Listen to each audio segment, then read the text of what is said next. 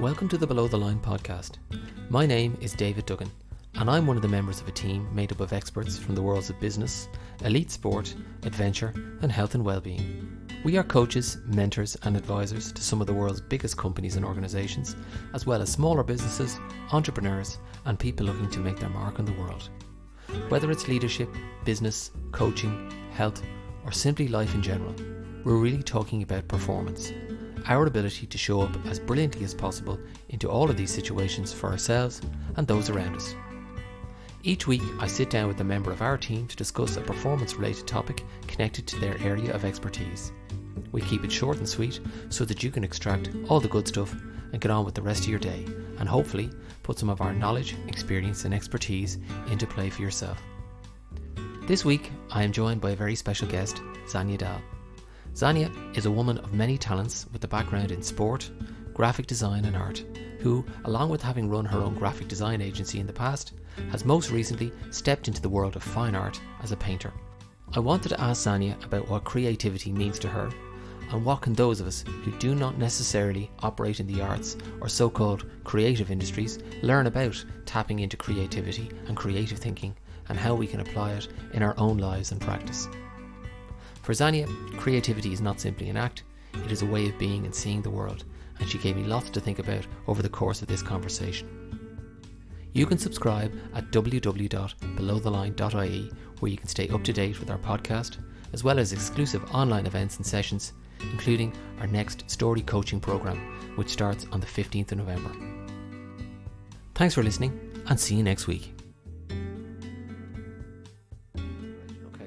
Well, look, why don't I kick in with a, seemingly stupid but simple question, but why is creativity so important in your view? Because as human beings, we're inherently creative. It's just part of us. And I think it's sad that there's many people I come across who don't believe they are creative. It's nearly like a fundamental human birthright to be creative. It's the same as we have a capacity to love. We have a capacity to be creative. We just don't necessarily find ways to express it. And there's so many opportunities for us to be able to express our creativity. And, I think some people think I'm not good at art, or I'm not musical, or I don't know how to dance, I'm therefore not creative. Whereas it can be some very simple, playful choices like wearing quirky socks, or choosing something interesting for dinner, or something you'd like to wear, or, creativity a lot of the time is play. And I think the problem is in this 24/7 culture of high performance that we live in, we don't find these opportunities for play. And we just get stuck in this loop of routine. And I sort of think about my creativity comes from opportunities to just sense the world around me. And when I'm in a very stressed lifestyle, I don't get those opportunities to sense things, because I'm just stuck in thoughts and worries and getting to something on time and getting through the next task. And it's all sort of recycle thoughts and recycle thinking, and you get stuck in this loop of, what am I going to put on my email? What time is it going to be when I get there? And when you kind of switch off from that and you just start receiving new sensory information, and that's really where creativity comes from. It's just the more sensory information you can receive, the more connections you make, and the more creative you'll be. So, creativity just sort of happens. I don't think you can work on creativity. You just need to stay open to being in a state where you nearly download creative energy. I think one of the biggest things for me is that it comes through you, not from you. I think that's really important to remember, because I think a lot of people just think that they have to generate it from within, and it really isn't. It's just being open to receive this creative energy that's all around us. We are energetic beings. We are creative energy. It's just receiving and expressing. Is creativity something for you that it comes through you? So it almost like it's a state you've got to get into, and you've got to try and stay there, as opposed to I'm being creative now and I just turn it on. Yeah, and I think even with my art, it's one form of expressing creative thinking. But there's also a danger where, if you keep hard at it over and over and you don't take this rest from it, you don't get an opportunity to top up with new information, new sensory experiences. And so can become quite routine again. So it's just really important to just take these breaks and to just, again, go out and get new experiences. And when I'm painting, sometimes an idea just pops into my head when I'm playing with my children or when I'm on a walk or just taking a break. Like, it's really important as an artist to feed the well as well. And yeah, I think I can hone my skills as an artist by continually practicing, but I don't bring something new to the table unless I open myself up to new experiences outside of the studio. And when you get those flashes of inspiration, do you kind of stop what you're doing immediately, capture the thought, and then get back to it, or what happens? Yeah, I scribble it down in an envelope. Like, my ideas of paintings have just been scribbles, but it's just, and it's just, I don't know, sometimes it's like I see the picture in my head, it's just, yes, or there's something that I just feel that I want to express. And I think a lot of creativity is actually born out of a feeling where you have a feeling that you want to express. And, if you think of dance, it's expressing a feeling, or art expressing a feeling, or music. It's just kind of a lot of creativity is driven by feeling. So sometimes I might see something that really resonates with me. It's like, say I see somebody homeless and I think I really want to paint something that on that subject, because that just really resonated with me, or a scene I see that really resonates. And this again is the importance of being open to creativity, that you're removing a lot of noise in your life. The more noise and clutter you can get rid of, the more you're able to receive. And those kind of moments where you just suddenly experience something that you recognize, I felt something really important there, that really hit me strongly. And if you're really caught up in the stress of your day-to-day, you don't notice these feelings you're having all the time. If the noise is gone, you feel the feelings, and then you just want in some way to express those feelings, and whatever means, as I said, like, it could be just how you dress, how you speak, who you talk to, what you cook, what you paint, how you dance, how you sing. So many ways we can express our creativity that are, I think, maybe underestimated. And I think this is one of the things as well for people who may not believe themselves to be creative.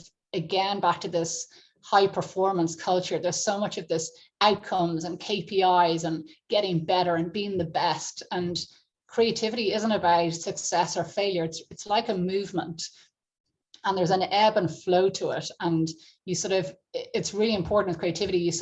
Something has to germinate, sort of a germination and then an incubation, and it's kind of going out and in and out and in. And it's like the cycle of nature. Seeds germinate and then they bloom and they flourish, and then they kind of die in this hibernation, and then you come out again. And I think that's really important with creativity. There's no outcome put against it. And I think that's the problem with people who might try drawing and then they look at it and go, well, that's rubbish. I'm rubbish at drawing. I'm not creative. And actually, it's the process. It's the feeling they're expressing. And any mark on the paper is just an expression of something very unique to you that no one else can do. And it's all this self-judgment and, standards that we feel we have to reach, instead of just enjoying the moment of expressing something that matters to you.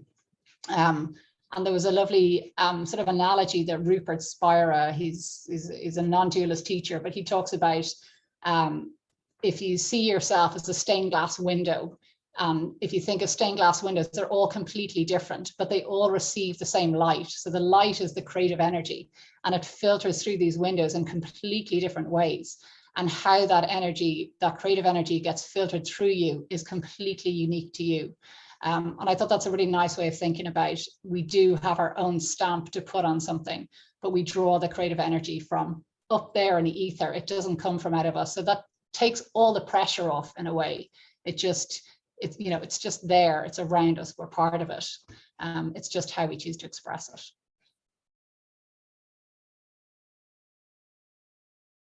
And talking, you mentioned there that the KPI high performance culture, how do you think creativity and engaging your creativity can help with being in that world? Well, you become a much more agile thinker. I think when you're, again, if we think about creativity as you're just making connections between lots of different things, and that's how something new comes about. So the more you're exposing yourself to different forms of stimuli, the more opportunity you have to make these connections. So, I mean, even if you're still a very busy person, as long as you're just exposing yourself to new information and new sensory input, you can still be creative in the workplace. You can still add creative ideas. You just have to keep yourself in this condition of open awareness. And, you know, in a workplace, you know, I would always recommend, you know, to remove the noises, you know, doing yoga or journaling or mindfulness or meditation. All of these things just help kind of remove the noise that's just cluttering the opportunity to be creative. One of the things I'm picking up from you is you're right. Like a lot of people put creativity into a box and say, well, it's drawing, it's this, that, or the other. But what I'm hearing from you is no, it's a state of being. It's kind of getting yourself into that kind of channel type of receiving kind of mode. Is that right? Absolutely. Yeah. And I mean, if you look at small children, you know, show me a child that isn't creative in whatever way they choose to be. And we were all children once. And I think this is the great sadness, that we forget that we are inherently creative. And that side of us can sometimes get kind of just damped down through life. And it's just a matter of kind of recognizing it. I think a lot of it is just a lack of trust that it is part of us, or just lack of confidence, or just this pressure and self-judgment and criticism. And yeah, it can just be expressed in so many different ways. And, you know, it's so simple to just indulge your creative side if you just remove this pressure of producing something and just treat it as a form of play and a form of self-expression and a way of just feeling more deeply. And sensing your world more deeply. It just becomes much richer for you than sort of going, I have to produce a song or write a great poem that I can share with others, or I can, you know, have to master the guitar in a week. And, you know, because there's so much of this 10 steps to X, Y, and Z. And we put ourselves under huge pressure. And all the joy gets squeezed out then as a result, because we keep getting frustrated that we're not reaching the goals we've set for ourselves to be as creative as the next person. And what about, because I think I mentioned to you in preparing for this, you know, one of the things I found during lockdown was, you know, when I played a bit of music or whatever, that side that had kind of been creative for a long time was shut, and I found it kind of coming back again. But it made me realize, oh, creativity is a muscle. If you don't use it, you lose it. First of all, would you agree with that idea? And second of all, how do you think we can maintain that creative muscle for ourselves? Yeah, I mean, the practicing, like say playing the guitar or practicing art, yes, if you step away from it for a while, your skills can get rusty. But I don't believe you can lose your creativity. I believe that you can diminish your access to it by shutting off from it. But it's like a tap that's constantly available to you if you choose to open up to it. It's kind of like, I don't know where I'd heard this analogy before about, you know, a tap, if it's unused for a long time and you turn it on and the water is all kind of brown and rusted, but after a while it just starts flowing really clearly and continuously. And I feel that that's a little bit like creativity. It's just this permanent source that's available. And by just actively opening up to new experiences, like taking a walk to work in a different way, you know, spending time with your own children or your nephews or nieces or other children or neighbors' children is a great way to just switch your brain up. Meeting people, having conversations, looking at a new movie, having a look at an Instagram feed you would never normally look at, to just switch your brain on to something completely new. And all of these new senses, they'll just cross-pollinate in some really interesting way, and just ideas will just come into your head. And I think sometimes these ideas, we don't notice they've come into our head because we haven't given the space for ideas to germinate. It's just boom, boom, boom, next thing. And that for me is how you can be continuously creative, not by doing the same thing over and over, by doing lots of different things all the time. For people listening to this who aren't in a so-called creative industry, Why might they seek to flex their creative muscle? Okay, well, I'll tell you, I have this list of, it's maybe 95 things. I won't go through all of them now, but it's from the Artist Way with Julia Cameron. It's one way to just practice your creativity. And like, I'll even read, say, for example, the first 10, okay, just for opportunities to just be creative. So 1, go for a walk, take your camera with you to document your experience. 2, stop by the library and check out some art books. 3, see an Oscar-nominated movie or foreign film. Grab a stack of magazines and clip whatever looks interesting or cool to create your own inspiration board. Take a walk on a nature trail. Write a letter longhand on pretty paper to an old friend. Sit in the driveway and make designs with pretty rocks. Sit on the porch swing and lean your head back as far as you can and look up the tree branches backward. I mean, it's just ways of playing. If you look up ideas like creative inspiration, just ways of playing that are different from the normal day-to-day. That's how. And even though I'm practicing art, it's still a skill that requires concentration. But it's not always new ideas. I have my idea and then I execute it in art, but you can have the ideas come from being out and about, trying new things, trying things differently, and trusting that the ideas will come. So if you're working in a bank and you've got a big problem to solve, you can still be creative in the way you solve that problem, but it's much easier for you to solve that problem if you go and do things outside to just let solutions fire up. It just makes your brain more agile by just having it experience lots of different things and new sensations. And there's something really interesting that I read. It's called, it was a book called Drawing on the Right Side of the Brain. And it talks about how the right side of the brain is the space where we observe and create, and it's kind of outside of time. And then the left side is this logic and rationale. It's where we learn to read and write and do numbers.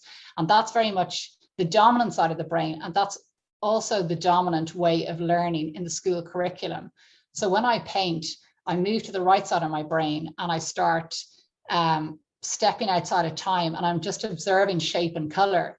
As soon as I switch to the left side of the brain and I start looking at, that's an eye or that's a cheek or a nose, what happens is the left side of the brain goes, don't worry about trying to draw that accurately. I have a library of noses and eyes from your childhood. So we just pop that in. You just relax the right side of the brain, and I'm just going to draw this childlike eye on the paper. And that's why adults go, I really concentrated. I ended up drawing this picture with a childlike eye and a nose. That's because the left side has just taken over. And there's ways to trick that left side. So say, for example, you turn the photo upside down that you're going to draw, and the left side of the brain goes, I hear that's too hard. I don't know what that is. And so the right side then kicks in and starts observing the shapes and colors and drawing it really accurately. So it's definitely something for people to try if they like the idea of art and like the idea of drawing, but they find it frustrating with their attempts, is just whatever image they're copying as a practice, turn it upside down and just see how much more accurately your brain will follow what it sees when it's relying on the right side of the brain. It's really interesting.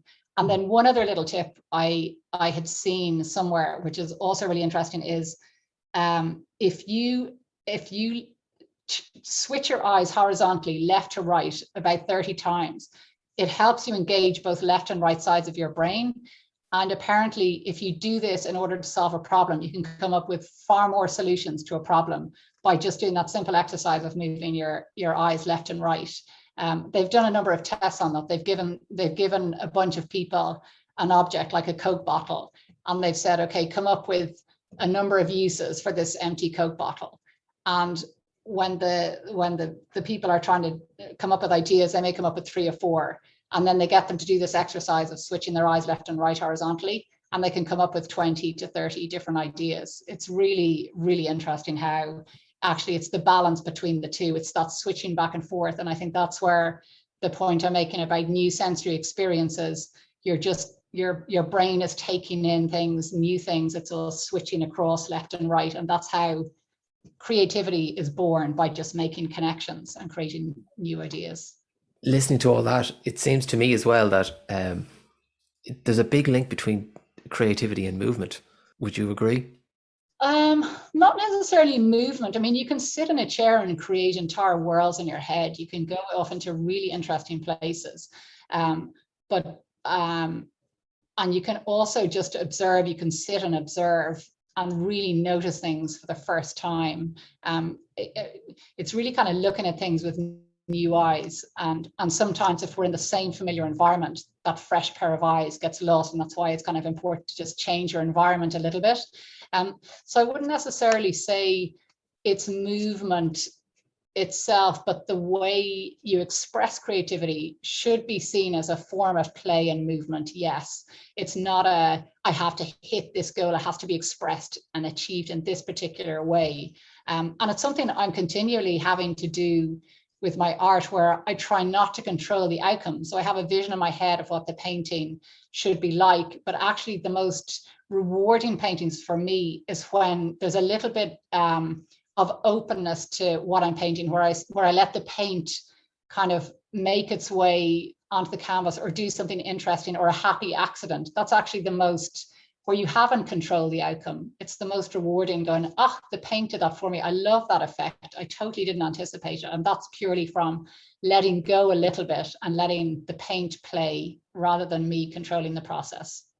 The other thing, actually, we hadn't mentioned, because we've both had experience of it, was comedy improv. Is improvisation as another, I forgot to suggest that as another really, really important and fabulous way to exercise creativity. It's accessible to everybody. And again, I know loads of people who find that whole idea absolutely terrifying, but it's one of the ways, for those who don't know about comedy improvisation, it's just this spontaneous form of creating stories. It's not like stand-up comedy where it's one person who's prepared their material and they deliver a really funny performance. Comedy improv is no preparation for the scene. You have to do improvisation with another person, and you build the scene together, and you've no idea what the other person is going to bring to the scene, and they've no idea what you're going to bring, and you just build and build and build, and you've no idea what the outcome is going to be. And it's such a creatively energizing practice. And there's lots of courses happening in Dublin. You can do 6-week courses and just try it out. But I think the beauty of that is you're playing so many different roles. And again, going back to creativity, the amount of stimuli, the amount of the unexpected, the amount of play, it's just creativity without any outcome or product. It's pure play for adults. It's just an incredible form of creative expression. And then lastly, what is it about creativity that you think people should be aware of or consider in terms of their own lives? I think, to me, I think creativity is as important as love. It's so inherently human. And I think if that's blocked, it's difficult to be fully happy. I mean, I think love and creativity go hand in hand. It's the same as if you're a human, you don't get an opportunity to express your love or receive your love, you're incredibly miserable. It's in a lot of pain. And I think with individuals who don't get an opportunity to express their creativity, they're holding themselves back, because creativity is an expression of something that's part of you, and it's a feeling that's within you. And if that part of you is hampered or not given an opportunity to express itself, you're in some way stifled. So I think it's such an important thing to exercise on a daily basis in very small ways. It doesn't have to be this big thing. It doesn't have to be related to the arts. It can just be very, very small. And I think by doing it, you feel far more alive and a happier person. Fantastic. That was great. Thanks a million. Really fascinating.